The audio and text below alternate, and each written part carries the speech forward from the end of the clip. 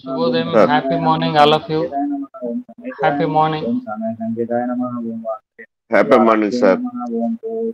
Sir disturb వస్తుంది sir. అదే mute చేయలేకపోతున్నాను.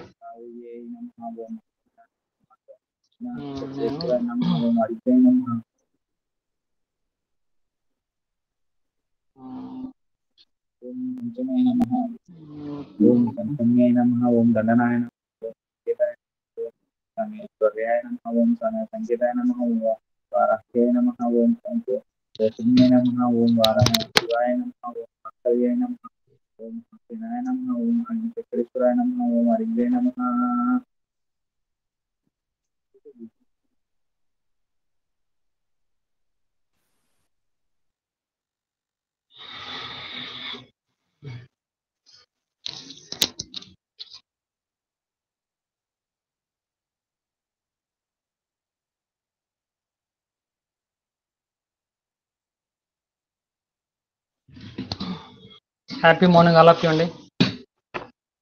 శుభోదయం, హ్యాపీ సండే. సో వినిపిస్తుంది కదా?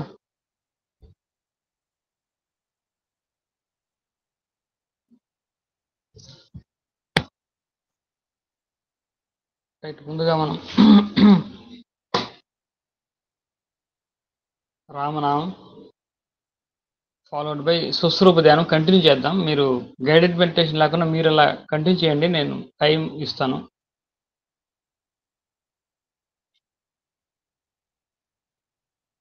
నడుం నిటారుగా చేయండి. దీర్ఘ శ్వాసలు తీసుకుందాం.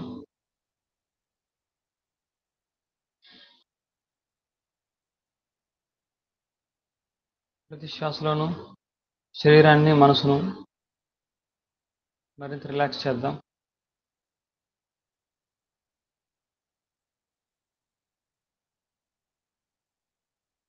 రామ రామ రామ రామ రామ రామ రామ రామ రామ రామ రామ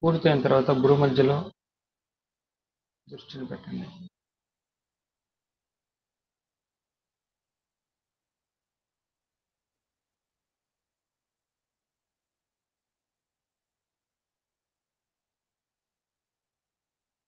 భ్రూ మధ్యలో వచ్చే కదలికలు, ఆగ్నేయ చక్రంలో వచ్చే కదలికలు.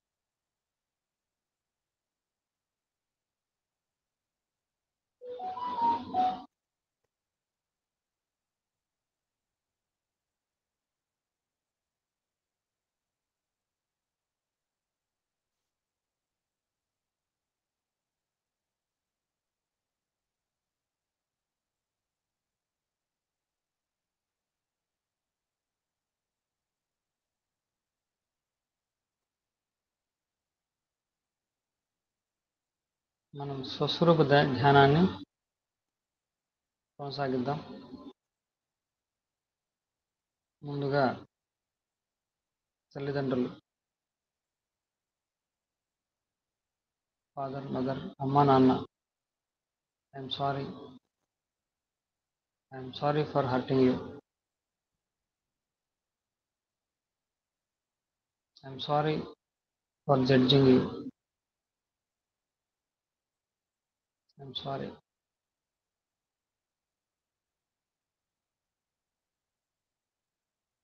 తర్వాత wife or husband, I'm sorry.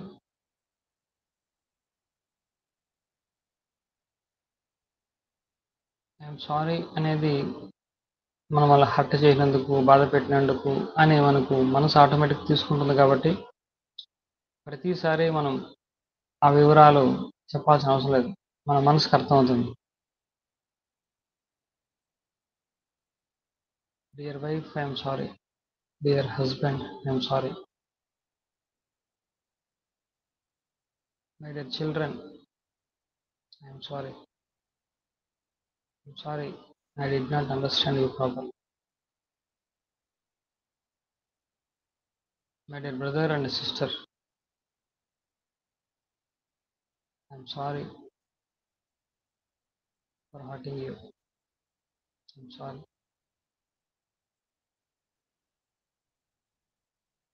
నా దగ్గర బంధువులందరికీ కూడా వాళ్ళు ఏదో సందర్భంలో బాధ పెట్టేలా ప్రవర్తించుండొచ్చు, మనం మాట్లాడి ఉండొచ్చు. I'm sorry all of you. I'm sorry.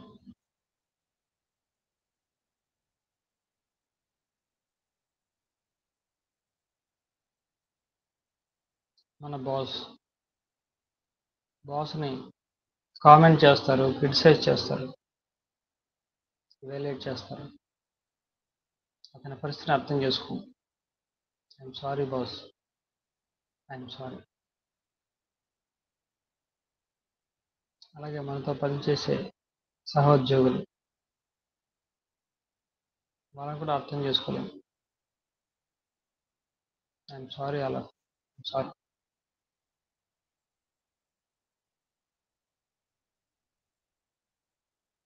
కింద స్థాయి ఉద్యోగులు ఏదో సందర్భంలో వాళ్ళని బాధ పెట్టవచ్చు. I'm sorry all of you. Sorry.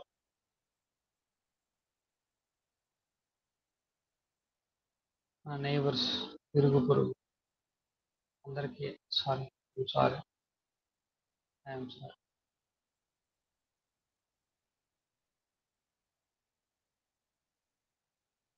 తల్లిదండ్రులు జీవితాన్ని ఇచ్చారు, ప్రేమను పంచారు, ఆస్తిని పంచారు. తల్లిదండ్రుల కంటే ప్రేమించే వాళ్ళు ఇంకెవరు ఉంటారు ఈ జీవితం. Thank you. Thank you mother. Thank you అమ్మ. థ్యాంక్ యూ నాన్న. Thank you.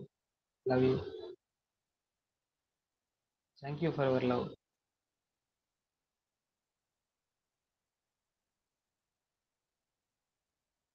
My partner, wife or husband, very, very supportive, very cooperative. చాలా అర్థం చేసుకుంటున్నారు. I'm very lucky and I'm happy. Thank you. Thank you. Thank you. My children, very lovable, very supportive,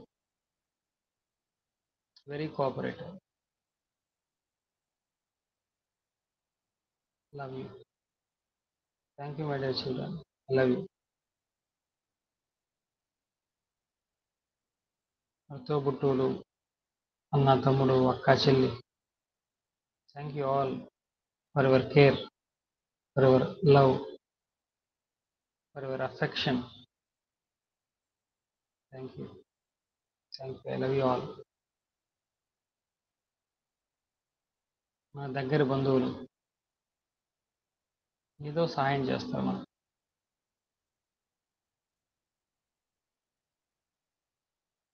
నేనంటే చాలా ఇష్టం వాళ్ళందరికీ. అందరూ సహాయం చేయడానికి సిద్ధంగా ఉంటారు. Thank you all. Thank you all. Boss, he guides me, he directs me, he corrects me. Thank you, sir. Thank you, madam. Thank you, boss, for your support. My colleagues, very, very cooperative, very supportive. Thank you all. Thank you. Neighbors, all are very, very friendly, very supportive. Thank you all. Thank you all. Thank you.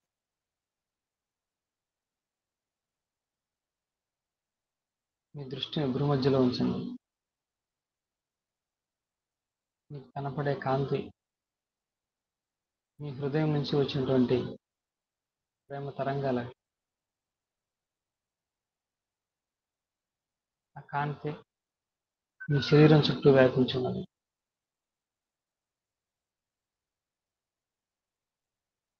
మీరు ఆ కాంతిలోనే పూర్తిగా ఉన్నారు. ఇప్పుడు ఆ కాంతి విస్తరిస్తుంది. మీరున్న గది నిండా, మీ ఇంటి నిండా,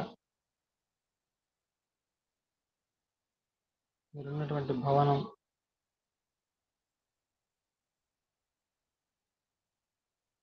ఆ గ్రామం, పట్టణం,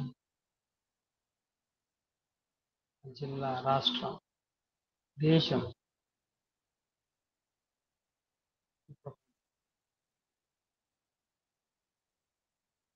ఈ విశ్వం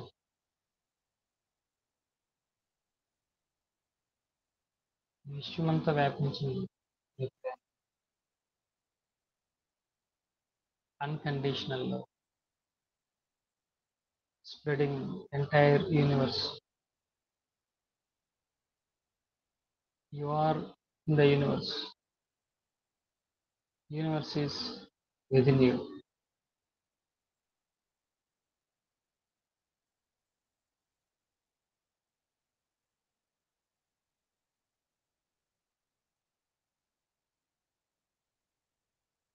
You and the universe, one and the same. You are not different of the universe. విశ్వానికి మీకు భేదం లేదు. ఈ విశ్వమే నీవై ఉన్నావు. అనంతమైనటువంటి శక్తి, సమృద్ధి, విశ్వ లక్షణాలన్నీ నాలోనే ఉన్నాయి.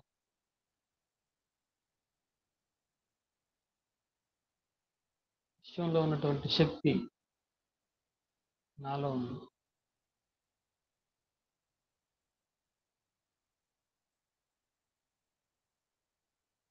I am the universe. I am the universe.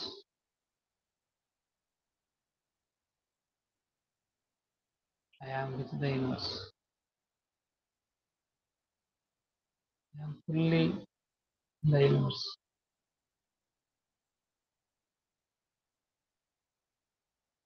ప్రేమ నిండిన హృదయం, చాలా ఆనందంగా, సంతోషంగా, ముఖం మీద చిరునవ్వు.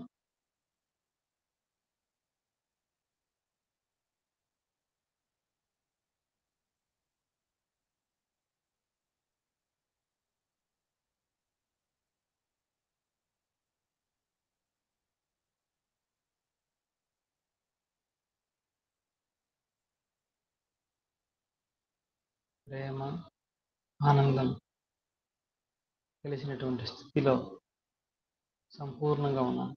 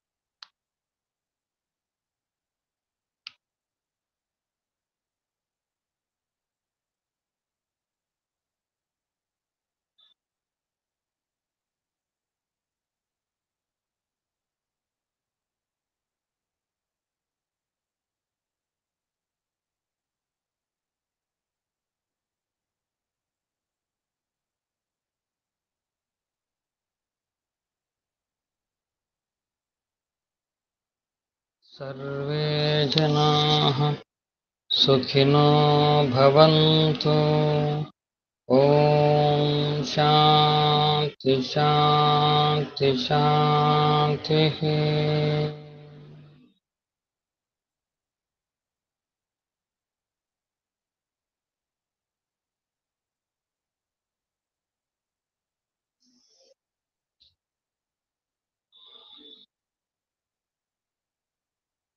రామనామం మనం చెప్పేటప్పుడు మన దృష్టిని మన నాభి స్థానంలో, పొట్ట స్థానంలో ఉంచండి.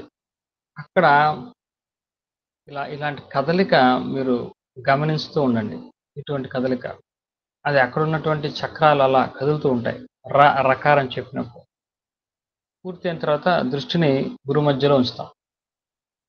పూర్తయిన తర్వాత గురు మధ్యలో ఉంచిన తర్వాత మీకు అక్కడ కదలికలు, నేను ఇది అడగలేదు, కదలికలు ఎంతమందికి కనపడుతున్నాయి, గ్రహించగలుగుతున్నారు అని ఒకసారి మీరు చెప్పాలి. కదలికలు రావట్లేదు అంటే మేబీ వాళ్ళు ఇంకొంత ఎక్కువ సేపు చేయాల్సి ఉంటుంది. మనం కనీసం 7 నిమిషాలు చేస్తే ఆ కదలికలు మనకు స్పష్టంగా కనబడతాయి. మిగిలిన ఏ మార్గంలో కూడా మనకు ఈ ఆగ్నేయ చక్రం అనేది యాక్టివేట్ అవ్వడం చాలా చాలా ఆలస్యమైనటువంటి ప్రక్రియలు ఉంటాయి. దీనికి ఒక అక్షరం, ప్రతి దానికి ఒక్కొక్క బీజాక్షరం ఉంటాయి. ఇప్పుడు మూలాధార చక్రం అనుకోండి, లం. అదేవిధంగా ఇక్కడ ఆగ్నేయ చక్రానికి ఓం. ఓంకారం ద్వారా కూడా మనం యాక్టివేట్ చేసుకోవచ్చు. 2 అఫర్మేషన్ ద్వారా యాక్టివేట్ చేసుకోవచ్చు. మనం అది కూడా ఒక సెషన్లో చూద్దాం. అఫర్మేషన్స్తో కూడా మనం ఈ చక్రాలను యాక్టివేట్ చేసుకోవచ్చు. ఏ అఫర్మేషన్ ఏ చక్రానికి వాడాలి అది ఒకరోజు క్లాస్లో చెప్తాను. కాబట్టి చక్రాలు ఇలా అక్కడ యాక్టివేట్ చేసుకోవచ్చు. ఈ ఆగ్నేయ చక్రానికి ఉన్నటువంటి ప్రత్యేకత, విశిష్టత ఏంటంటే మిగిలిన చక్రాలు యాక్టివేట్ చేసుకోవడంలో సైడ్ ఎఫెక్ట్లు కూడా రావచ్చు. అంటే ఒకటి ఎక్కువ ఒకటి తక్కువ అలా ఉంటుంది. కానీ మనం ఆగ్నేయ చక్రం మీద ఫోకస్ చేస్తే అంటే ఆ మిగతా చక్రాలన్నింటిని బ్యాలెన్స్ చేసే చక్రం ఆగ్నేయ చక్రం. కాబట్టి మిగిలిన ఓంకారంతో మనకు ఎటువంటి సైడ్ ఎఫెక్ట్ రాదు. ఓంకారంతో మిగతా అన్ని చక్రాలు ఈక్వల్గా డెవలప్ అవుతూ ఉంటాయి, యాక్టివేట్ అవుతూ ఉంటాయి, అది బ్యాలెన్స్ అవుతూ ఉంటుంది. అదే ఇప్పుడు లం లం అంటూ అనుకోండి, మూలాధార చక్రం ఒక్కటే యాక్టివేట్ అవుద్ది, మిగతా అన్ని అలా వీక్గానే ఉంటాయి. ఓంకారంలో ఏంటంటే మిగతా అన్ని కలిపి యాక్టివేట్ అవుతూ ఉంటాయి, అన్ని బ్యాలెన్స్ అవుతూ ఉంటుంది. కాబట్టి ఆగ్నేయ చక్రం అన్నిటికంటే ముఖ్యమైనది మీ చక్రాలన్నింటిలో. సహస్రాన్ని ఎలాగూ మనకు పైన ఉంటుంది. మనం చేయాల్సిన సాధన ఎప్పుడు కూడా ఆగ్నేయ చక్రాన్ని సాధన చేయడమే కరెక్ట్ సాధన. మిగతా అన్ని చక్రాలు బ్యాలెన్స్డ్గా ఉంటాయి. కాబట్టి రామనామంతో ఈ చక్రాలు యాక్టివేట్ చేసుకోవడం అనేది చాలా చాలా గొప్ప విశేషం. ఇది అందుకే మంత్రశాస్త్రంలో చెప్పారు. ఈ రహస్యాలన్నీ రామ రహస్యోపనిషత్తు అని ఒకటి ఉంది. అటువంటి ఉపనిషత్తులో ఈ విషయాలన్నీ చెప్పడం జరిగింది. మనకు అందుకే పెద్దలు రామనామం అంటారు, గొప్పదంటారు, రుచి అంటారు. మనకు అంతగా ఏం తెలియదు. ఎప్పుడు ఈ సాధనలోకి తీసుకొచ్చినప్పుడు దాని ఇది తెలుస్తుంది. ఇంకోటి గమనించవచ్చు, మీరు ఈ రామ రామ రామ అని చెప్తూ ఉంటే ఇంకాసేపు చెప్దామని సహజంగా అనిపిస్తూ ఉంటుంది. అది మీరు గమనించాలి. అదే రుచి అంటే ఆ రామనామం చెప్పే కొద్దీ ఇంకొక 2 నిమిషాలు చెప్దాంలే అని అనిపిస్తుంది, సహజంగా అనిపిస్తుంది. మీరు కొంత సాధన చేస్తే మీకు కూడా అనిపిస్తుంది. అదే ఆ రుచి ఉంది అని దాని అర్థం. రామదాస్ చెప్పినట్టు శ్రీరామ నీ నామం ఎంతో రుచిరా అంటే, రుచి అంటే అదే. ఇంకా ఇంకొంచెం కావాలా అనిపిస్తుంది. మీరు చేయండి. ఇది చాలా చాలా పవర్ఫుల్. పైగా ఇది రహస్యం. ఎవరికీ తెలీదు. చాలా మందికి తెలియని రహస్యం ఇది. చాలా తేలిక మార్గం. మనకు ఉపనిషత్తుల్లో చెప్పారు. స్పష్టంగా చెప్పారు. అంటే జనాలు రామనామం గురించి గొప్పగా చెప్తున్నారు గానీ, ఈ ఈ మార్గంలో, ఈ యోగ మార్గంలో రామనామం ఇంత గొప్పదా అని మనం అర్థం చేసుకోవాలి. ఇంకొక విషయం కూడా ఇక్కడ చెప్తాను. ఇప్పటివరకు చెప్పాం కాబట్టి. శివుడు రామనామాన్ని ఎప్పుడూ స్మరిస్తూ ఉంటాడు అని మనం అన్నామంటే, శివుడు సాక్షాత్తు పరమేశ్వరుడు. ఆయనకి ఏ నామంతో గాని, ఏ ధ్యానంతో దేనితో పనేమీ లేదు. ఆయన సాధించాల్సింది ఏమీ లేదు. కానీ ఎప్పుడు కూడా శివుడి గురించి మనం ఆలోచన చేసేటప్పుడు శివుడిది సంపూర్ణ యోగ స్వరూపం. అది యోగ స్వరూపం. అక్కడ ఉన్నటువంటి శివుడిని వర్ణించినటువంటి రూపం ప్రతిదీ కూడా మనకు యోగపరంగా అర్థం చేసుకోవాలి. అక్కడ ఉన్నటువంటి నాగాభరణాలు, సర్పాలు దేని సంకేతం? కుండలికి సంకేతం. అదేవిధంగా అక్కడ ఉన్నటువంటి త్రినేత్రం ఆగ్నేయ చక్రానికి సంకేతం. ఇలా మనం ప్రతిదీ కూడా ఇప్పుడు సృష్టి స్థితి లయములు మూడింటిని కలిపినటువంటి ఇది. అంటే 3 నాళ్ళు ఉంటాయి మనకు. సుషుమ్న, ఇడ, పింగళ. ఈ మూడిటిని కలిపినటువంటి స్థితి, అది త్రిశూలానికి సంకేతం. ఇవన్నీ కూడా యోగపరంగా మనం శివుని అర్థం చేసుకోవాలి. అది యోగ స్వరూపం కాబట్టి. ఇటువంటి యోగ స్వరూపంలో ఉన్న వ్యక్తి పరమేశ్వరుడు రామనామాన్ని చెప్తున్నాడంటే దానికి కూడా యోగార్థమే ఉంటుంది కదా. ఆ రామనామం కూడా యోగ మార్గంలో ఉన్నటువంటి ఒకానొక మంత్ర రహస్యం. కాబట్టి శివుడు రామనామాన్ని చెప్పాడు అంటే అది మామూలు భక్తితో చెప్పడం కాదు, అది యోగంలో ఉన్నటువంటిది. ఆయన రూపం మొత్తం మనం యోగపరంగానే అర్థం చేసుకోవాల్సి ఉంటుంది. కాబట్టి మనం తీసుకున్నటువంటి మార్గము, రామనామం చాలా విశేషమైనది. చేయండి.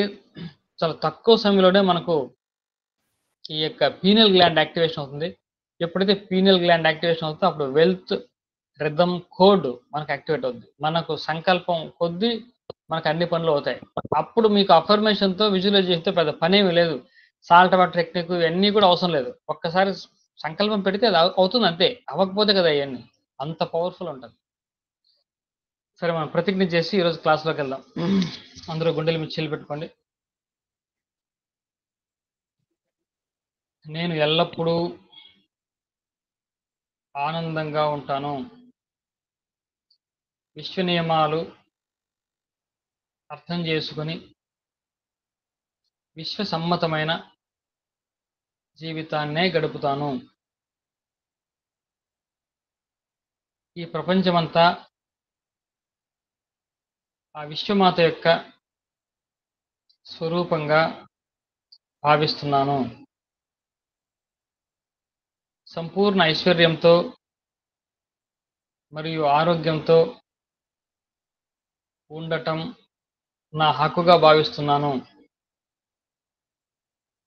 ఈ సమాజంలోని ప్రతి మనిషి పట్ల ప్రేమ భావాన్ని కలిగి ఉంటాను.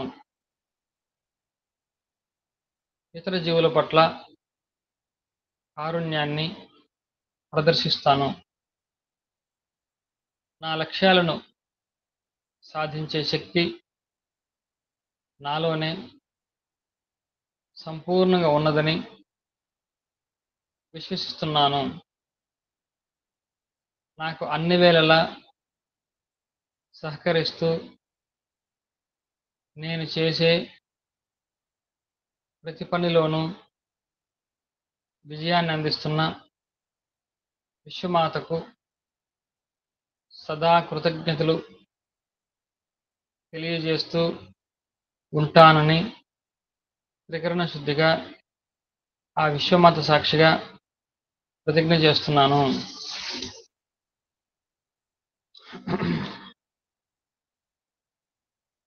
ఇది సంతోషం. ఇందాక మన మిత్రులు ప్రతిజ్ఞ ద్వారా నాకు మంచి పాజిటివ్ ఎనర్జీ వస్తుంది అని చెప్పారు. మనం ఎప్పుడు కూడా ఒక మాటని మాటగా తీసుకోకుండా ఒక మాటని ఎమోషన్గా మార్చుకోవాలి.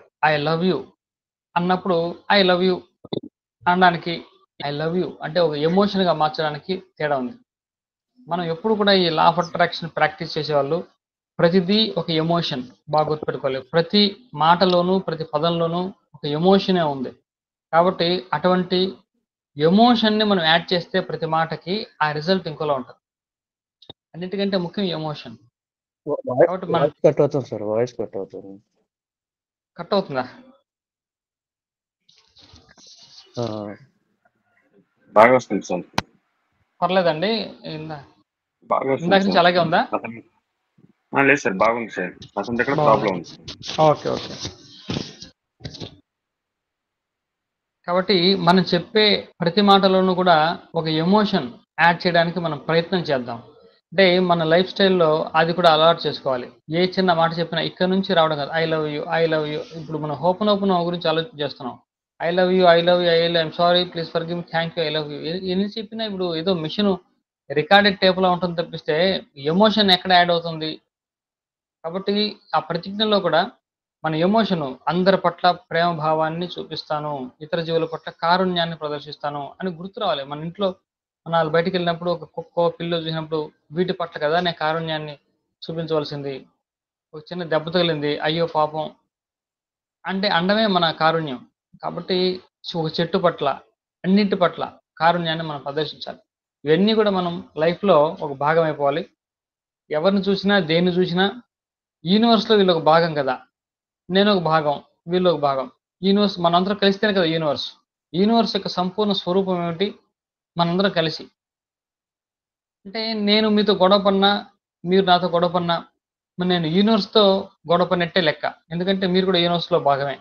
నేను యూనివర్స్‌లో భాగమే. కాబట్టి దీన్ని ఎలా అర్థం చేసుకోవాలి? యూనివర్స్‌లో మనం సమతుల్య స్థితిలో ఉండడానికి ఎప్పుడూ ప్రయత్నం చేయాలి. అంటే ఈ కాసేపు ధ్యానం చేసినప్పుడు కాకుండా, ఈ 24 గంటలు కూడా యూనివర్స్ తోటి మనం అదే చెప్పాం గదా! యూనివర్స్ యొక్క నియమాలు అర్థం చేసుకొని అదే విధంగా జీవిస్తాను అని అనుకుంటున్నాం గదా! దాని అర్థం ఏంటంటే, ఏ రకంగా మనం ప్రేమ స్థితిలో ఉంటున్నామో ఆ 20 నిమిషాలు, మిగిలిన సమయం కూడా అలాగే ఉండడానికి ప్రయత్నం చేద్దాం. అంటే చెప్పినంత సులభం కాకపోవచ్చు సాధన. చేస్తూ ఉంటే కొద్ది కొద్దిగా 24 గంటలు మనం ఆ స్థితిలో ఉండడానికి ప్రయత్నం చేస్తాం. ఇంకా ఆ స్థితిలో ఉన్నప్పుడు మనమే విషయం అవుతాం. విశ్వంలోనే మనం ఉన్నాం. మనలో విశ్వం ఉంటుంది. విశ్వానికి మనకు తేడా ఏముండదు. ఆ సంపూర్ణ స్థితి. ఇంకసలు నీ కోరికంటూ ఏముండదు. నీ సంకల్పానికి విపరీతమైనటువంటి శక్తొస్తుంది. అది. అది మనం సాధించాల్సినటువంటి అల్టిమేట్ గోల్ అది. సరే మనం హోపనోపనో అద్భుతమైనటువంటి హవాయిన్ ప్రేయర్ దాని గురించి ఇంట్రొడక్షన్ నిన్న చెప్పుకున్నాం. ఈ హోపనోపనో ఎందుకొచ్చింది? ఎలా వచ్చింది? ఈ సెల్ఫ్ హీలింగ్. ముందుగా అందరూ అర్థం చేసుకోవాల్సింది హోపనోపనో అనే టెక్నిక్కు బయట ప్రపంచానికి గాని, బయట ఉన్నటువంటి పరిస్థితులకు గాని, బయట ఉన్నటువంటి వ్యక్తులకు గాని ఎటువంటి సంబంధం లేదు. ముందు ఇది తీసుకోండి. నేనెందుకు పదే పదే చెప్తున్నా అంటే, చాలా మంది హోపనోపనో ప్రాక్టీస్ చేసేవాళ్ళు అసలు 99% తప్పుగానే చేస్తున్నారు. అంటే వాళ్ళకి రిజల్ట్ కూడా వచ్చుండొచ్చు. ఆ రిజల్ట్ రావడం కూడా ఈ ప్రాసెస్‌లోంచి రాదు. ఆ సారీ ఫీల్ అవ్వడమో, లేకుంటే ఇంకోటి థాంక్స్ చెప్పుకోవడంతోనే రిజల్ట్ కూడా రావచ్చు గానీ, సంపూర్ణంగా రిజల్ట్ మనం పొందాలంటే, మీరు అసలైన ప్రాసెస్ అర్థం చేసుకోవాలి. ఇప్పటికీ చాలా మంది బయట వ్యక్తులకి థాంక్స్ చెప్పుకుంటున్నారు, సారీ చెప్పుకుంటున్నారు. చెప్పొద్దని కాదు, చెప్పాలి. చెప్పడం మంచిదే. కానీ అది ఓపెన్ కాదు. మీరు మీరు మామూలుగా థాంక్స్ చెప్పుకోండి. ఇప్పుడు ఇందాక మనం చెప్పుకున్నాం. అందరికీ మనం తల్లిదండ్రుల దగ్గర నుంచి మిగతా అందరికి ముందు క్షమాపణ చెప్పుకున్నాం. తర్వాత థాంక్స్ చెప్పుకున్నాం. థాంక్స్ చెప్పినప్పుడు మనకు గుడ్ ఫీల్ ఒస్తది. ఐ లవ్ యూ చెప్పినప్పుడు ఒక గుడ్ ఫీల్ ఒస్తది మనకు. ఆ ఫీల్ కోసం థాంక్స్ చెప్పుకుంటున్నాం తప్పిస్తే, దాన్నే ఓపెన్ అనుకోని అందరికి I'm sorry, please forgive me, thank you, I love you అని చెప్పాల్సిన అవసరం లేదు. అసలు చెప్పకూడదు. పద్ధతి కూడా అది కాదు. అంటే మనం ఎప్పుడైతే బయట వ్యక్తులకి, బయట పరిస్థితులకి ఓపెన్ అప్లై చేస్తున్నామో, అప్పుడు పని చేయదు. ఆ ఓపెన్ టెక్నిక్ పని చేయదు. మీకు పని చేస్తుంది ఓపెన్ కాదు. కాబట్టి ఓపెన్ నుంచి మనం సంపూర్ణంగా ఫలితాన్ని పొందాలంటే దాన్ని సరిగ్గా అర్థం చేసుకోండి. ఒక వ్యక్తి ఉంటాడు. వాళ్ళ బాస్‌తో డీల్ చేస్తూ ఉంటాడు. లేకుంటే వేరే వ్యక్తితో మాట్లాడుతూ ఉంటాడు. అతనికి ఇతని మీద కోపం వస్తూ ఉంటది. అంటే గొడవలాగా ఉంటది. గొడవపడే అవకాశం ఉందనుకుందాం. అప్పుడు ఇతని మనసులో అతనికి కోపం రాకూడదు అని dear boss, I am sorry, please forgive me, thank you, I love you. నేను చూసాను. ఇది మేము ఇలా చేస్తానండి, చేస్తాను. మా బాస్‌తో గాని, మా వైఫ్‌తో గాని, హస్బెండ్‌తో గాని అటువంటి సందర్భంలో నేను గొడవను అవాయిడ్ చేయడం కోసం dear wife, dear husband, I am sorry, please forgive me, thank you, I love you చెప్పుకుంటూనే ఉంటాను. Very good. చెప్పుకుంటున్నప్పుడు ఏమవుతుందంటే, మనం అక్కడ మన యొక్క రియాక్షన్ తగ్గుతుంది. ఆ గొడవలో మన పార్టిసిపేషన్ తగ్గుతుంది. కాబట్టి గొడవ తగ్గొచ్చు గానీ, దీనివల్ల ఎటువంటి హోపనోపనో ఇంపాక్ట్ అతని మీద ఉండదు. 2 వేరే వాళ్ళు మారడం కోసము, వాళ్ళ కోసం వీళ్ళు హోపనోపనో జేస్తారు. వాళ్ళేమైనా మారారా అని టెస్ట్ చేస్తూ ఉంటారు. వాళ్ళు మారరు. బాగా గుర్తుపెట్టుకోండి. హోపనోపనో అక్కడ కూడా పనిచేయదు. ఓపెన్ పనిచేసే పద్ధతి వేరు. ఓపెన్ ఉపయోగించే పద్ధతి వేరు. చాలా మంది ఇప్పటికీ కామెంట్‌లు dear money, I am sorry. Dear money అన్నామంటే ఓపెన్ కాదు అని అర్థం. ఇది ఎక్కడి నుంచి నేర్చుకున్నారు నాకు అర్థం కావట్లే. అందరూ ఒకేలా ఉన్నారు. నేనే డిఫరెంట్‌గా ఉన్నాను. మీరందరూ కూడా ఎక్కడో ఓపెన్ అటెండ్ అయిన వాళ్ళే ఎక్కడో క్లాసెస్. అందరూ ఒకేలా ఉన్నారు. Dear money, I am sorry. Dear car, I am sorry. Please forgive మీ. అందరూ ఒక వీడియో పెడితే ఈ వీడియోలో కామెంట్స్ కూడా అలాగే చేస్తున్నారు. వీళ్ళెందు ఎక్కడ నేర్చుకున్నారు ఇది? నాకేం అర్థం కావట్లేదు. అసలు సోర్స్‌లో లేనిది మధ్యలో వీళ్ళకి ఎక్కడి నుంచి వచ్చింది ఈ ప్యాటర్ను, ఈ లెర్నింగు? నాకు ఆశ్చర్యం వేసింది నాకు. కాబట్టి మీరేదైతే ఇంతవరకు నేర్చుకున్నారో, ఎక్కడ నేర్చుకున్నారో నాకు తెలీదు గానీ, అది కొద్దిగా పక్కన పెట్టండి. అన్‌లెర్న్ చేయండి. మనకి రిజల్ట్ రావాలి కాబట్టి. సరే ఇంతకాలం ప్రాక్టీస్ చేశారు. అది పక్కన పెట్టి ఇలా ఆలోచన చేయండి. పైగా అది ఓపెన్ అనేది చాలా ఆధ్యాత్మికమైనటువంటి ఒక ప్రేయరు, ఒక ప్రక్రియ. మనకు జీవితంలో కొన్ని సంఘటనలు జరుగుతూ ఉంటాయి. మనకు కొన్ని జరిగితే ఇష్టం, కొన్ని జరిగితే అయిష్టం. గొడవ పడడం ఎవరికీ ఇష్టం ఉండదు. డబ్బులు నష్టపోవడం ఎవరికీ ఇష్టం ఉండదు. అందరికి డబ్బులు రావాలి. అంటే హ్యాపీగా ఉండాలి. కానీ జీవితంలో మనకు నచ్చినా, నచ్చకపోయినా కొన్ని సంఘటనలనేవి జరుగుతూ జరుగుతూ ఉంటాయి. అది మనం కాదనలేం. ఇవి ఎందుకు జరుగుతాయి? ఒకటి బాగా గుర్తుపెట్టుకోవాలి. ఇది అర్థం చేసుకోవాలి మనం. Deeper understanding. ఇది ఎందుకు జరుగుతాయి అంటే, ఫస్ట్ అనుకున్నాం గదా! నాది కానిది నాకెప్పటికి రాదు. First point. నాది నాకు జరుగుతూ ఉంది. కాబట్టి పూర్వం ఏదో చేసుకున్నాను. దానికి ప్రతిఫలంగా నాకిది వచ్చింది. ఇక్కడ మనం ఏం చేస్తామంటే అది జరిగినప్పుడు ముందు ఇలా అనుకోవాలి. ఇలా అనుకున్నప్పుడు ఓకే. దాన్ని అంగీకరించడం మన ప్రారంభమవుతుంది.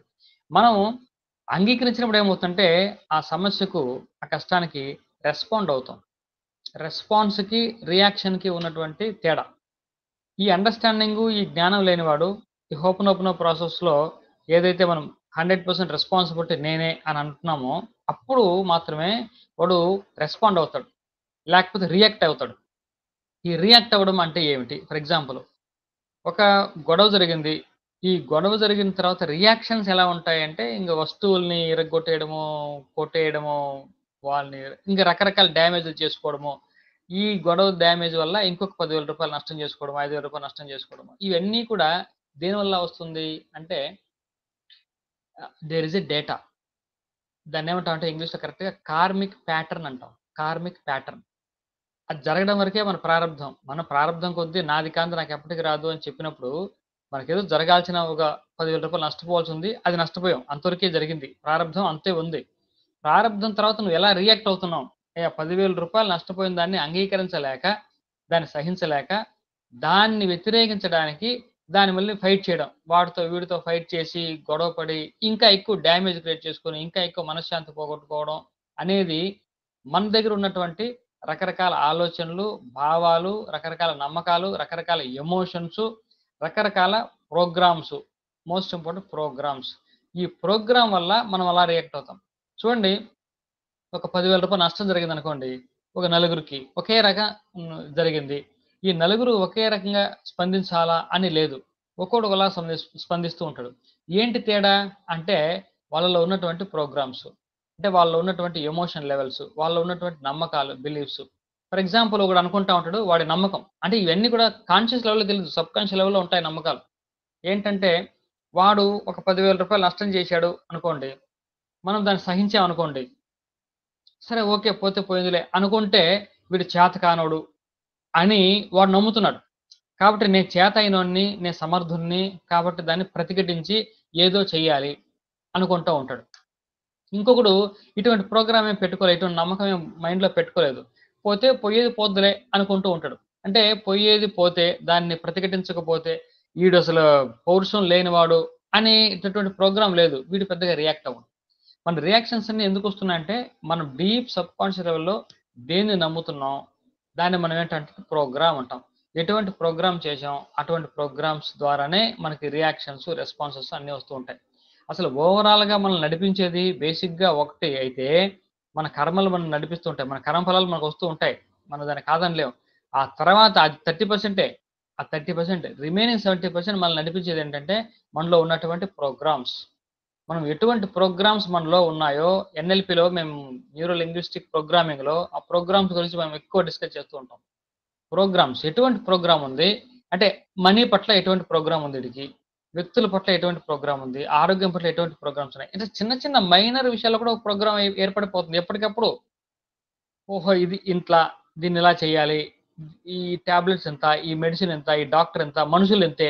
This is called a program. ఒక రకమైనటువంటి ప్రోగ్రామ్ ఏర్పడిపోతూ ఉంటది. ఈ ప్రోగ్రామ్‌లే నడిపిస్తూ ఉంటాయి. దీన్నే మనం ఏంటంటామంటే ఇక్కడ డేటా అంటాం. ఈ చెత్త పనికిమాలిన ప్రోగ్రామ్స్, డేటా అంతా తీసుకొని పెట్టుకున్నాం మన బుర్రలో. అది ఎందుకొచ్చిందో, ఏ సందర్భంలో వచ్చిందో, వేరే వాళ్ళు మనకు బుర్రలో ఏశారో, మనం ఏసుకున్నామో మనకు కూడా తెలీదు. ఆ విషయం కూడా తెలీదు. కాబట్టి చెత్త వల్ల మనకి కార్మిక్ ప్యాటర్న్ తయారవుతుంది. ఒక కర్మ జరిగిన తర్వాత నిజానికి ఇవన్నీ ఎందుకు జరుగుతూ ఉంటాయంటే, మనదే మనకొస్తుందని మనం పదే పదే చెప్పుకుంటున్నాం. మనది కానిది మనకి అప్పటికి రాదు. దాన్ని అంగీకరించాలి. అంగీకరించకుండా మనం ఏం చేస్తున్నామంటే, దాన్ని ప్రతిఘటించడానికి రకరకాల ప్రయత్నాలు చేస్తున్నాం. విఫలమవుతున్నాం. ఈ కర్మని వ్యతిరేకించడం ఎవరికీ సాధ్యం కాదు. జరిగిన దాన్ని అంగీకరించడమే. అంగీకరిస్తే ప్రయోజనం ఏమిటి అంటే, ఆ కర్మ ఎందుకు జరిగింది? ఒక అనుభవాన్ని ఇవ్వడానికి, ఒక జ్ఞానాన్ని ఇవ్వడానికే జరుగుతుంది. వేరే పర్పసే లేదిక్కడ. మన కర్మ అనుభవం ఎందుకొచ్చామంటే, ఈ భూమే కర్మ భూమి. దీని మీద పుట్టాము అంటే కర్మను అనుభవించడానికే పుట్టాం. అది శుభకర్మ లేకుంటే అశుభ కర్మ. ఏదో కర్మ అనుభవించడానికి పుట్టాం. సుఖాలు గాని, దుఃఖాలు గాని అనుభవిస్తూ ఉంటాం. పైగా ఇది మర్త్యలోకం అని చెప్పారు. ఇందులో కర్మలు మిశ్రమంగా ఉంటాయి. అందరికీ ఉంటాయి. కష్టాలు, సుఖాలు అందరికీ ఉంటాయి. ఎవ్వరికీ ప్రత్యేకమేం కాదు. మిక్స్‌డ్‌గా ఉన్న వాళ్ళే ఈ భూమి మీద పుడతారు. పూర్తిగా పుణ్యం చేసుకున్నోళ్ళైతే దేవలోకంలో ఉంటారు. పూర్తిగా పాపం అయితే చిరకులుగా ఉంటారు. మనిషి జన్మ వచ్చింది అంటేనే సుఖము, దుఃఖము, శుభాలు, అశుభాలు ఇంచుమించు సమానంగా ఉన్నాయని దాని అర్థం. సమానం అంటే ఒక 40-60 రేషియో. 60 ఇటు, 40 ఇటు ఉండొచ్చు. ఒకడి జీవితంలో 40% కష్టాలుండొచ్చు. 60% సుఖాలుండొచ్చు. లేకపోతే 60% కష్టాలు, 40% సుఖాలుండొచ్చు. ఇంతే. మార్పు ఇంతే. ఇంతకు మించి ఏమి ఉండదు. మనం చూడడానికి వాడేదో సుఖపడుతున్నట్టు, వాడి జీవితం చాలా బాగున్నట్టు మనం ఫీల్ అయిపోతూ ఉంటాం. కానీ వాడి జీవితం కూడా మనలాగే ఉంటుంది. లోపలికెళ్ళి చూస్తే అక్కడ కూడా పెద్దగా ఏమి ఉండదు. వాడి వ్యక్తిగతమైన జీవితాన్ని గమనిస్తే వాడికి బోలెడు సమస్యలుంటాయి. ఇలా సమస్యలు లేనివాడంటూ ఎవడు ఉండడు. దూరం నుంచి చూస్తే మనకు అడుక్కునేవాడు కూడా చాలా హాయిగా వాడు ఏ పని లేకుండా హాయిగా అడుక్కుంటున్నాడు. రోజుకు 500 సంపాదిస్తున్నాడు అని మనం అనుకుంటూ ఉంటాం. అడుక్కునేవాడు కూడా కొంచెం సుఖంగా ఉన్నట్టు మనకు ఒక్కోసారి అనిపిస్తూ ఉంటది. మనం ఎక్కువ కష్టపడినప్పుడు, మన పరిస్థితి ఇంకోలా ఉన్నప్పుడు మన మైండు అడుక్కునేవాడే బెటరా, ఏ పని లేకుండా హ్యాపీగా కూర్చొని డబ్బు సంపాదించుకుంటూ ఉంటాడు అని అనిపిస్తూ ఉంటది. కాబట్టి మన నైజం ఏంటంటే మనకు కష్టం వచ్చినప్పుడు ప్రతి ఒక్కడు సుఖంగా ఉన్నట్టు, మనమే కష్టంలో ఉన్నట్టు అనుకుంటూ ఉంటాం. ఇది అందరికీ సహజంగా ఉంటుంది. కాబట్టి ఇదొచ్చినప్పుడు ఎందుకొస్తాయి అంటే, ఇది మనకు జ్ఞానాన్ని, అనుభవాన్ని ఇవ్వడానికే వస్తాయి. మనం ఒక నిమిషం ఆగి ఇక్కడి నుంచి ఏంటి ఇప్పుడు గౌతమ్ బుద్ధుడు ఎందుకెళ్ళిపోయాడు? ఆ సంఘటన అందరికీ జరిగింది కదా జీవితంలో. బుద్ధుడికి జరిగిన సంఘటన. బుద్ధుడు చూసిన దృశ్యాన్ని అందరూ చూసారు గదా! కానీ బుద్ధుడు ఎందుకు అలా స్పందించాడు? అది. అంటే దాని నుంచి ఏం నేర్చుకోవాలి? అంటే ఒక గొడవ జరిగినా, ఒక ధన నష్టం జరిగినా, ఒక మనకు నచ్చని విషయం ఏం జరిగినా, అందులోంచి మనం ఏమి తెలుసుకోవాలి? ఏమి నేర్చుకోవాలి? ఇది లెర్నింగ్ చాలా చాలా ఇంపార్టెంట్. తప్పిస్తే దాన్ని ప్రతిఘటించి, దాన్ని ఆపడానికి ప్రయత్నం చేసి, మన శాయశక్తులు, మన ధనాన్ని అన్నిటిని దాని మీద ఉపయోగించి, అంటే దాన్ని ప్రయోగం చేసి దాన్ని ఆపే ప్రయత్నంలో మనం అలసిపోయి, దాన్ని లెర్నింగ్ కూడా లేకుండా చేసుకుంటున్నాం. Learning important. అలాగని ఏదైనా రోగం వచ్చిందనుకోండి, చూడడం అనేది నేను చెప్పట్లా. మనం హాస్పిటల్‌కెళ్తాం, బాగు చేసుకుంటాం, మన ప్రాసెస్‌లో ఉంటాం. అంతేగాని నాకే ఎందుకొచ్చింది ఈ రోగం అని కాల్లో ఉన్నటువంటి నొప్పిని తలకెక్కించుకోకూడదని చెప్తున్నా. చాలామంది కాల్లో చిన్న గాయం, కాల్లో చిన్న పెంకు గుచ్చుకుంటది. వాడు ఒక 1 వీక్ బెడ్ రెస్ట్ తీసుకోవాలి తప్పదు. లేకపోతే షుగర్ పేషెంట్ ఉంటాడు, సర్జరీ చేశాడు, చాలా ఇబ్బందయింది. ఇప్పుడు వీడు ఇక్కడ స్టార్ట్ చేస్తాడు. ఈ నొప్పి కాల్లో ఉన్న నొప్పి కాల్లోనే ఉంచమంటున్నాను అంతే. అది కాల్లో ఉన్న నొప్పిని తలకాయలోకి తీసుకొస్తున్నాడు ఈడు. తలకాయలోకి తీసుకొచ్చి నాకెందుకులా అయింది? నాలాంటి మంచోడు ఇంకోడు లేడు గదా! నాకే అవ్వాలా? అప్పుడు నలుగురెళ్ళాం. ఆ నలుగురిలో నాకే గుచ్చుకోవాలా? మిగతా ముగ్గురు గుచ్చుకోవచ్చు కదా! ఈ ఈ ఈ ప్రశ్నలకు సమాధానాలు ఏముంటాయి? ఏముండవు. ఈడు బుర్ర పాడు చేసుకోవడం తప్పించి ఏమి రాదు. ఎలాగో కాలు డ్యామేజ్ అయింది. బుర్ర కూడా డ్యామేజ్ అవ్వాలిప్పుడు. అది. ఇది తెలివి తక్కువోళ్ళు చేసే పని. సరే ఇది అయింది. అయిందేదో అయింది. మరి దాన్ని ట్రీట్ చేసుకుంటాం. అంతవరకే గానీ, దాన్ని తీసుకొచ్చి నెత్తిన పెట్టుకోకూడదు. సో, ఏ సమస్యని కూడా మనం ఎలా రెస్పాండ్ అవుతున్నాము అనేది చాలా ముఖ్యం. ఏమి నేర్చుకుంటున్నాం అనేది మనకు చాలా ముఖ్యం. ఇయన్నీ కూడా మనకు హోపోనోపోనోలో ఉపయోగపడుతుందన్న. ఈ అనాలిసిస్ చేసేవాడికి హోపోనోపోనో బాగా పనిచేస్తుంది. అంతేగాని ఏదో విధంగా చేసి బయట వ్యక్తుల్ని, బయట పరిస్థితుల్ని మార్చేయాలి అనుకుంటే హోపోనోపోనో పనిచేయదు. మీరనుకున్నటువంటి మిరాకిల్స్ హోపోనోపోనో ద్వారా జరగవు. ప్లీజ్ ఇది బాగా అర్థం చేసుకోండి. హోపోనోపోనోతో మీరనుకున్నటువంటి అలా బయట వ్యక్తుల్ని మార్చేయడము, పరిస్థితిని మార్చేయడము, డబ్బును మార్చేయడము మన జీవితంలో అటువంటి మిరాకిల్స్ జరగవు. కానీ అద్భుతమైనటువంటి మిరాకిల్స్ అయితే హోపోనోపోనో జరుగుతాయి. మీరు ప్రాసెస్‌కొస్తే జరుగుతాయి. మీరెప్పుడు ప్రాసెస్‌కొచ్చినట్టు అంటే మీకు బయట ప్రపంచం అనేది లేదు. బయట ప్రపంచం అనేది లేదు. ఈ జగత్తంతా మిథ్య అని మీరు నమ్మితే అప్పుడు ఉన్నది ఒకటే ప్రపంచం. ఈ లోపల ప్రపంచం ఒకటే ఉంది. దీని యొక్క రిఫ్లెక్షనే బయట కనబడుతోంది. మనకిక్కడ నచ్చకపోయినా దీన్నిక్కడ మార్చుకోవాలి. ఈ డేటా ఇందాక చెప్పాం. డేటా ఆ కార్మిక్ ప్యాటర్న్, ఈ రకరకాల బిలీఫ్స్, నమ్మకాలు, చెత్త, చెదారం ఆలోచనలు ఇయన్నీ కలిసి నాకీ పరిస్థితిని కల్పిస్తున్నాయి ఇక్కడ. కాబట్టి దాన్ని క్లీన్ చేసుకుంటే నాకు స్పష్టతొస్తుంది. ఆ క్లీనింగ్ చేసే ప్రాసెస్సే హోపోనోపోనో. కేవలం ఆ చెత్తని, ఆ డేటాని క్లీన్ చేస్తుంది. కొన్ని డేటా ఉంటాయి. మనం తయారు చేసుకోం. ముందు నుంచి వచ్చుంటది. కొన్ని పూర్వీకుల నుంచి మనకు కొంత డీఎన్ఏలో ఒక రకమైనటువంటి అలవాట్లు, ఒక బాడీ లాంగ్వేజి, ఒక ఆలోచన పద్ధతి ఇయన్నీ కూడా మనకు సహజంగా పుట్టుకతోనే వచ్చుంటది. దానికి మనం ఏం చేయగలం? దానికి ఫర్‌గివ్ చెప్పుకోవాలి. దానికి ఫర్‌గివ్. అంటే పూర్వీకులను కూడా ఫర్‌గివ్ అని చెప్తున్నాం ఇక్కడ. ఆయనకు ఆ ప్రేయర్‌లో ప్లీజ్ ఫర్‌గివ్ మీ అనే చోట నేను కొంత నా పూర్వీకుల నుంచి వచ్చింది. దానికి నేనేం చేయలేను. కాబట్టి నన్ను, నా పూర్వీకులు కూడా క్షమించు. ప్లీజ్ ఫర్‌గివ్ మీ అని చెప్పుకుంటున్నాం ఇక్కడ. ఆ డేటాని క్లీన్ చేసుకోవడమే ఇక్కడ ముఖ్యం. సరే, కేవలం హోపనోపనో చేస్తే డబ్బులొస్తాయా? డబ్బుల కోసమే ఎక్కువ చేస్తుంటాం మనం. కేవలం హోపనోపనో చేస్తే డబ్బులు రావు. బాగా గుర్తుపెట్టుకోండి. డబ్బుల కోసం చేసే హోపనోపనో కొంచెం డిఫరెంట్‌గా ఉంటది. అది మనం చూద్దాం. కేవలం Ho'oponopono only cleaning purpose. Only cleaning, cleaning, cleaning. Cleaning తప్పిస్తే ఇంకో పని హోపనోపనో ద్వారా జరగదు. సరే, ఇది ఎలాగంటే ఉదాహరణకి మన పొలాన్ని పిచ్చి మొక్కలు, రాళ్ళు, రప్పలు ఏమీ లేకుండా మనం చదును చేసే కార్యక్రమమే హోపనోపనో. అలా చేస్తే మనకు వరి పంట వస్తుందా అంటే ఏం చెప్తాం? అలా చేస్తే ఎందుకొస్తది? అది చేసిన తర్వాత దానికి నీళ్లు పెట్టి, ఆ విత్తనాలు, ఆ పైరు నాటితే అప్పుడు వరి పంటొస్తది. కేవలం చదును చేసేస్తే వరి పంట ఎందుకొస్తది? కేవలం చదును చేస్తే మామిడి తోట ఎందుకొస్తది? చదును చేశాక దాంతో నువ్వు ఏ వ్యవసాయం చేస్తే అది పంట సమృద్ధిగా వస్తుంది. కాబట్టి క్లీనింగ్ కోసం బాగా ఉపయోగపడుతుంది. ముందు క్లీనింగ్. సరే, క్లీనింగ్‌తో సరే మనం డబ్బులనుకుంటాం కదా! ఈ క్లీనింగ్ విషయాన్ని డబ్బుల విషయంలో మనకున్నటువంటి చెత్త, డబ్బుల విషయంలో మన బుర్రలో ఉన్నటువంటి చెత్త మీరు కలెక్ట్ చేసుకొని, రాసుకొని, డబ్బుల గురించి నేను చాలా బ్యాడ్‌గా అనుకుంటున్నాను.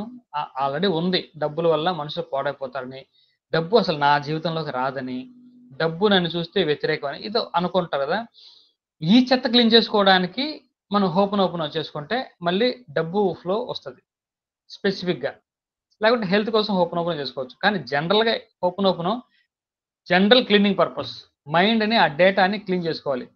హ్యూలెన్ చెప్తాడు, "ఎంతకాలం చేయాలండి హోపనోపనో" అడిగారు. "నీ జీవిత కాలం చేసినా క్లీన్ చేసుకోవడానికి ఇంకా మిగిలే ఉంటుందని" చెప్పారు. కాబట్టి క్లీన్ చేసుకోవడమే మనకు సరిపోదు. అంటే దాని అర్థం ఏంటంటే ప్రతిరోజు ఎంతో కొంత ఆలోచనల విషయంలో డేటా పడేస్తున్నాం. పనికిమాలిన డేటా. మనకు ఉపయోగపడని డేటా. మన జీవితాన్ని లక్ష్యాలను సాధించకుండా ఆపే డేటా బోలెడు ఉంది మన మైండ్‌లో. అది క్లీన్ చేసుకుంటూ ఉండాలి. కాబట్టి ho'oponopono is a cleaning technique బాగా గుర్తుపెట్టుకోండి.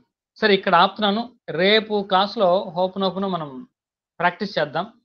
అది కూడా గైడెడ్ మెడిటేషన్‌లా చేద్దాం. నేను చెప్తూ ఉంటాను. 2, 3 రోజులు చెప్తే మీకు అలవాటయిపోద్ది. మరి ఓపెన్ ఫర్ డిస్కషన్. ఆల్రెడీ 52 అయిపోయింది. ఇంకా 5 మినిట్స్ ఓపెన్ ఫర్ డిస్కషన్. ఈ హోపనోపనో గురించి దయచేసి మీరు మీ ఆలోచనలు ఏమున్నాయో నాకు చెప్పండి. అది కరెక్ట్ చేసుకోండి. చాలా చాలా తప్పుగా మనం చేస్తున్నాం హోపనోపనో. నేను కరెక్ట్ ప్రాసెస్ చెప్తున్నా. హ్యూలెన్, జో వైటల్ చెప్పిన ప్రాసెస్ చెప్తున్నా నేను. మీకు అథెంటికేషన్ కావాలంటే ఆ వీడియోస్ కావాలంటే పంపుతా. మీరు కూడా వినండి, ఇంగ్లీష్‌లో ఉంటాయి. మీరు చేస్తున్నది రాంగ్ అప్రోచ్. డియర్ మనీ అని చెప్పడమే హోపనోపనో కాదు. ఇంకెవరైనా సందేహాలున్నా, ఏమన్నా చెప్పినా చెప్పండి. Open for discussion. రేపు చూద్దాం హోపనోపనో ప్రేయర్. చెప్పండి. డియర్ మనీ డియర్ సెల్ఫ్ అని చెప్పాలా గురుగారు? డియర్ సెల్ఫ్ అని చెప్పుకోవాలా? లేదండి. ఎప్పుడు కూడా ఎవరికి చెప్పాలి అనేది ఒకటే. భగవంతుడికి, యూనివర్స్‌కి, లేకుంటే హయ్యర్ పవరు, మీరు ఏది నమ్మితే దానికే ఈ 4 మాటలు చెప్పుకోవాలి. ఇంకొకటి లేదు. మీరు అంటే మనము, ఆ యూనివర్స్ లేకుంటే భగవంతుడు తప్పిస్తే మధ్యలో ఏమీ లేదని నమ్ముతాం. ఓపెన్ చేయడం ఇంకోటి లేదు. ఉన్నది ఆయన, నువ్వు ఇద్దరే. నీ లోపల ఉన్నదే బయట పరిస్థితులన్నీ గూడా. ఈ ఇన్వర్డ్ జర్నీ, ఈ ఇన్వర్డ్ లుకింగ్ లేకుండా ఓపెన్ పని చేయదు. హ్యూలెన్ అలాగే చేశాడు. హ్యూలెన్ నన్ను క్లీన్ చేసుకున్నాడు. బయట పేషెంట్లు నయమైపోయారంటే ఈయనకు పిచ్చోడ్లా కనపడింది జో వైటాలకి. ఏంటి పిచ్చోడ్లా మారుతున్నాడు? ఇది నిజమేనా? ఆయన క్లీన్ చేసుకోవడం ఏంటి? బయట పేషెంట్లతో మారిపోవడం ఏంటని. మళ్ళీ అడిగితే అదే మాట చెప్తున్నాడు ఆయన. నేను క్లీన్ చేసుకున్నా, నేను వాళ్ళని హీల్ చేయలేదు అంటున్నాడు. నేను వాళ్ళని హీల్ చేయలేదు. వాళ్ళ గురించి నాకు అవసరం లేదు. నన్ను నేను హీల్ చేసుకున్నాను అంటున్నాడు ఆయన. అంటే నా జీవితంలోకి వీడొచ్చాడు అని ఒక చిన్న థాట్ తోటి ఆయన హీల్ చేసుకున్నాడు. అంతే, సింపుల్. ఓకే. గురుగారు ఇంకా రామనామం చెప్తాం కదా! అయితే బ్రీత్ ని మనం హోల్డ్ చేసి కంటిన్యూస్ గా పలకమంటారండి. అలా చేస్తేనే మనకు ఈ చక్రాస్ యాక్టివేషన్ అవుతాయి. కింద రా అన్నప్పుడు మీకు ఇటువంటి మూమెంట్ ఒకటి ఉంటాయి, మీరు గమనించాలి. మీ నాభిస్థానంలో చూస్తే రా అన్నప్పుడు రా రా రా ఈ మూమెంట్ వస్తుంది. అది జరగాలంటే మీరు కంటిన్యూస్ బ్రీత్ చేస్తే అది ఎఫెక్టివ్గా ఉంటుంది. అది ఇక్కడి వరకు వస్తుంది. రామ అన్నప్పుడు ఇక్కడ నుంచి ఇక్కడ వరకు వస్తుంది, ట్రావెల్ చేస్తుంది. అంటే బ్రీత్ హోల్డ్ చేసి ఎంత వరకు చెప్పగలిగితే అంతవరకు చెప్పి తర్వాత మళ్ళీ రిలీజ్ చేసుకొని మళ్ళీ స్టార్ట్ చేయాలి. అదే అంతే సేమ్ ప్రాసెస్. Thank you.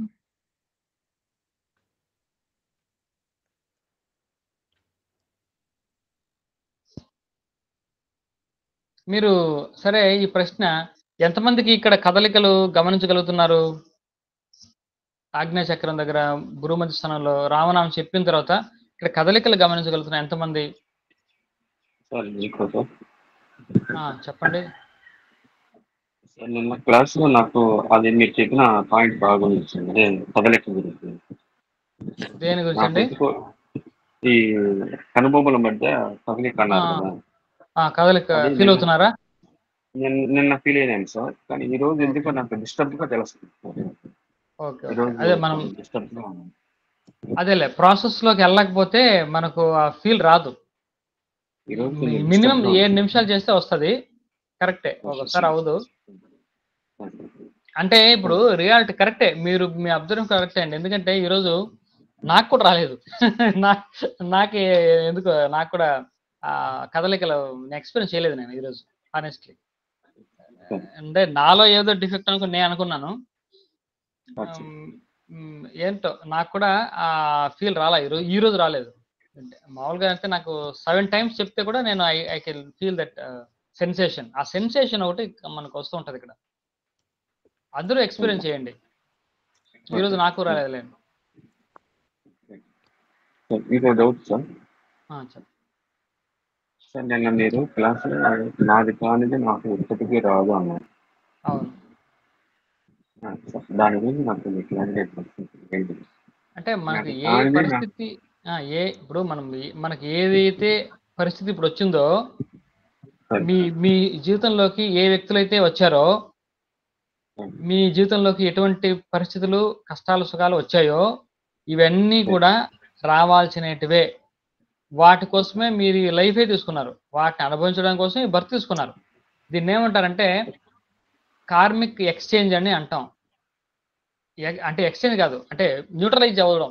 అంటే మీ యొక్క కర్మ ఫలాలు, లేకుంటే మీ భార్యతో రికార్డింగ్ ఆపి, మీ వైఫ్, మీ పిల్లలు చుట్టూ మీకు టఫ్ బాస్ కూడా వచ్చాడు. అంటే టఫ్ బాస్ దగ్గర మీరు పనిచేయాల్సినటువంటి పరిస్థితి ఉంది కాబట్టి వాడు వచ్చాడు. వాడి ద్వారా మీరు దాన్ని కొంత తగ్గించుకోగలిగారు. అంటే మనం చూడాల్సింది ఏంటంటే